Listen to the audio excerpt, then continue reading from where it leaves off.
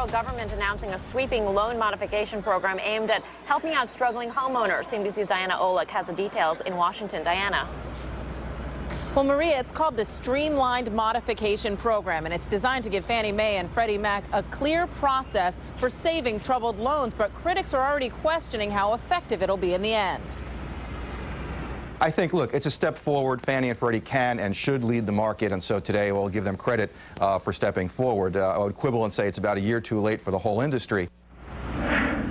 Now, under the plan, Fannie and Freddie will modify loans for borrowers who are 90 days delinquent. They must have a more than 90% loan-to-value ratio, so that gets borrowers underwater on their loans. Fannie and Freddie would lower the interest rate to as low as 3% and/or extend the term of the loan. If that doesn't get to be affordable at that 38% debt-to-income ratio I talked about, then they'll look at taking a piece of that principal and not having you pay any interest or for the life of the mortgage, potentially. But yes, as you sell the house, or you would eventually have that balloon payment. Now, Fannie and Freddie would also pay servicers $800 per loan to do all the dirty work. This does not, however, get at all the loans that were sold off to investors. And of course, this comes on the heels of Citi Mortgage announcing that it would modify up to $20 billion worth of loans that are not delinquent yet, but are in danger of going into default. For more, go to the blog realtycheck.cnbc.com. Maria?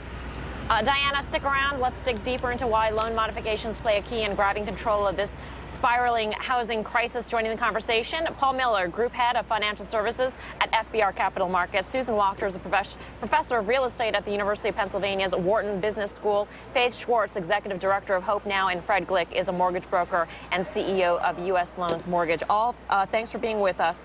Hello. Faith, let's start off with you. Is this a good solution? Because already, as soon as the plan was unveiled, essentially, we had Senator Chuck Schumer coming out saying it's all a step in the right direction, but it's simply not enough. We also had some criticism out from the FDIC Chair, Sheila Bair.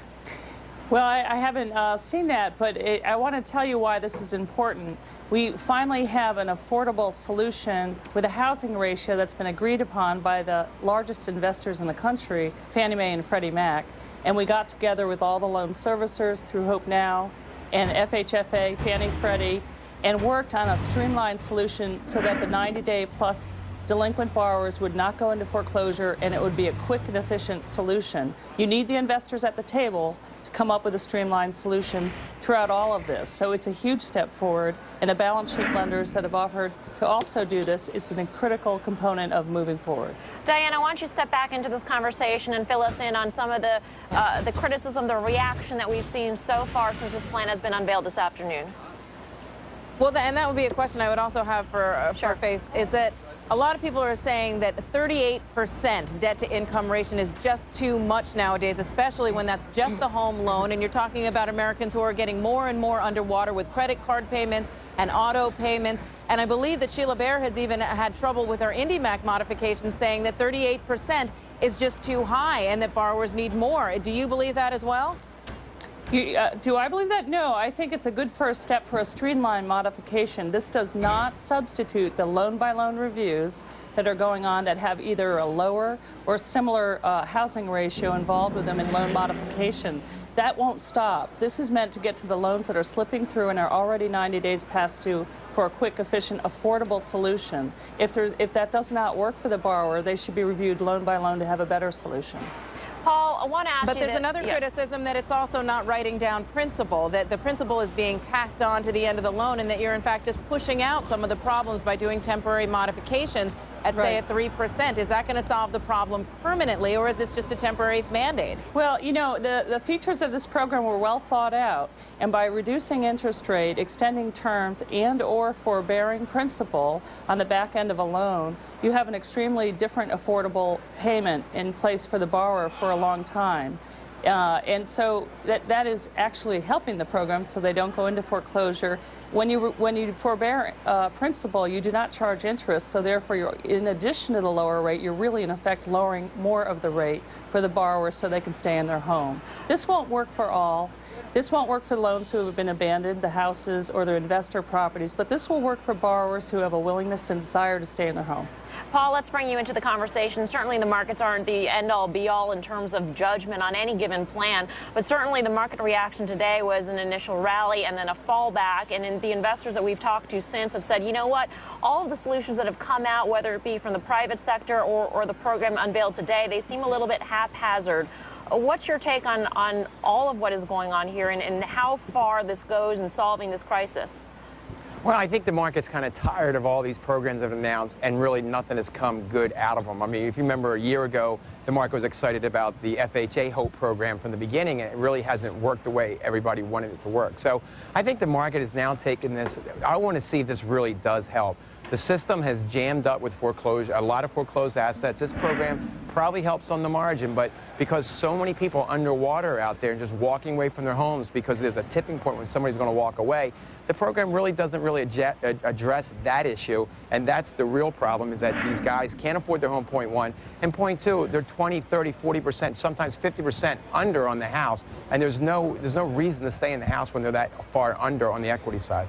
Fred, you're on the front lines, you're a mortgage broker, so tell me what you think the solution would be, and in some cases, is it just not worth it to try and keep that person in their home, as Paul had mentioned? Yeah, I agree with Paul completely. I mean, if you're 90 days already, it's pretty much a chance that you're gone. You probably don't have a job anymore. Your house is so far underwater. You might have already bought a new house and are walking away from that one. There's so many different situations. I want to address quickly the ratio thing. What Fannie Mae does now, when you have a regular loan, they'll go to 45% back-end debt ratio on everything. Fannie Mae to 41. So to go just in the 30s for the mortgage payment separately, if they don't have any other debt, they really need this. But these people can't get to this 38%. They usually do not have the income. The solutions, this isn't the solution to try to help people in 90 days. You got to look at the broad picture of what's going on in the entire community. You got to lower interest rates for people, even the investors, because Fannie Mae went and made the loans to the investors. Now they're abandoning them, and what has to happen is we got to get this economy going. Lower rates, you're going to get people with lower payments. You're going to get people able to have cash out. They're going to be able to spend it into an economy. There's a whole bunch of things you can do to actually pay for that. How about a 0.25% national mortgage tax on every loan that's done? There's so many other tiny little things.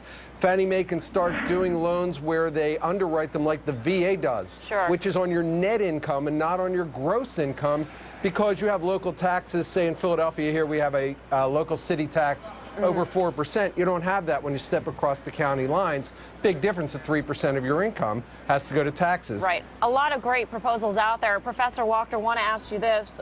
In addition to these proposals out there, there's also the suggestion that perhaps there should be 100% nationalization of the GSEs. Could that make a difference in this situation? Is that something worth looking at, considering the government would get more control over the situation in terms of how these loans are modified? No, I don't think so. I think conservatorship, nationalization, it really doesn't make a difference.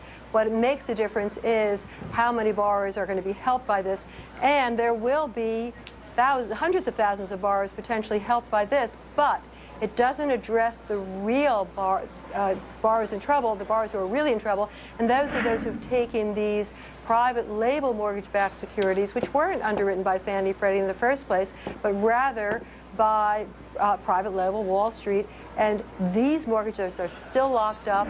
These are the majority of loans that are not performing, and we must address those as well. Okay. If I could jump in on that, I might have an observation. I actually agree that is not the announcement today, but there are two relevant things.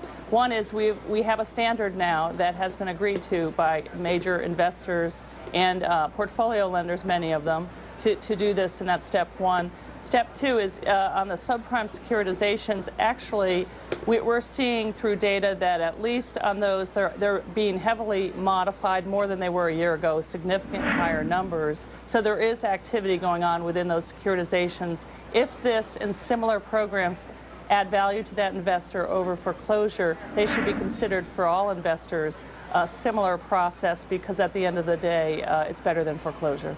Diana, what are you hearing? Maria, if I could yeah, just go ahead.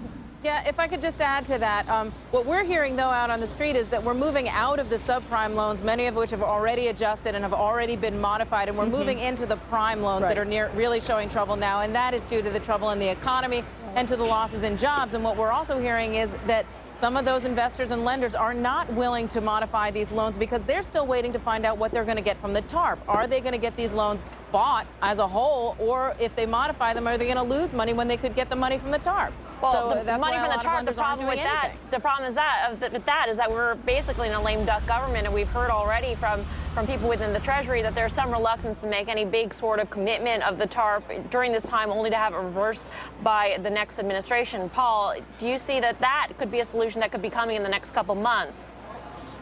We definitely have to get through this, get through this little lure until we get to the next administration. And I think when we get to the next administration, we're going to have more of a target issue to deal with these things. I see maybe a holiday on foreclosures until we can think about this thing more clearly and have one strategic plan rather than this managing the economy over press releases. And I think the investors right now are kind of getting tired of the haphazard solutions and not having one global solution to deal with these foreclosures out there.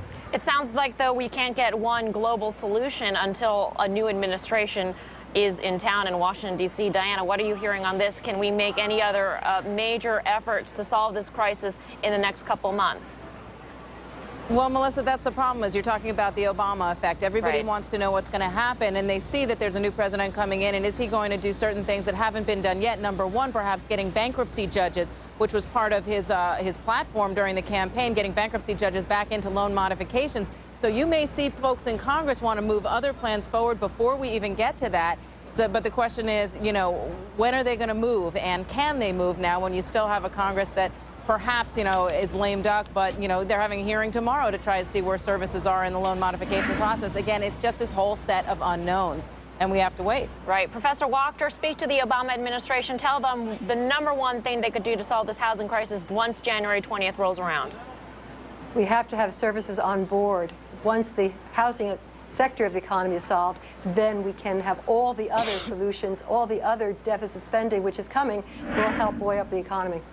Okay, a lot of great solutions today. Thanks so much, Paul, Faith, Fred, Susan, as well as our own Diana Olick. Well, it is not all doom and gloom in this market. Coming up next, we'll tell you about some silver lining stocks that could give